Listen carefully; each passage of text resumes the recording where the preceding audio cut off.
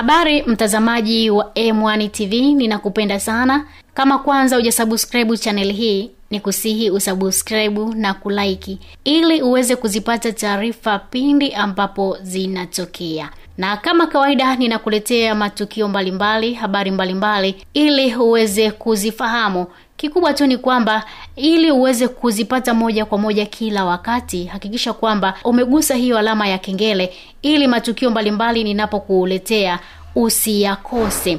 Langu jina ni Meekness Ngasu Ningambazi, na siku ya leo nilikuwa katika uwanja wa CDE Msuya ambao upo mkoa wa Kilimanjaro, wilaya ya Mwanga. Ilikuwa ni siku maalum kabisa ya kuaga mwili wa aliyekuwa waziri mkuu na makamu wa kwanza wa rais Cleopa Msuya, ambao umewasili asubuhi ya leo Jumatatu Mei 12, 2025 katika uwanja wa ndege wa kimataifa wa Kilimanjaro KIA na kupokelewa na viongozi mbalimbali wa serikali.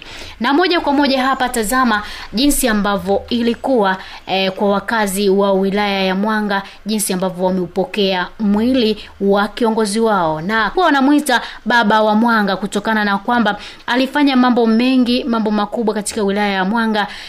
Alileta maendeleo katika elimu, hospitali zimekuwepo kutokana na jitihada zake nyingi. Viongozi mbalimbali walizungumza kutokana na jitihada zake ambazo amezifanya katika wilaya ya Mwanga. Sasa ili kujua kile kinachoendelea, angalia kwanza jinsi ambavyo mwili ulifika katika viwanja vya CDE Msuya wilayani Mwanga.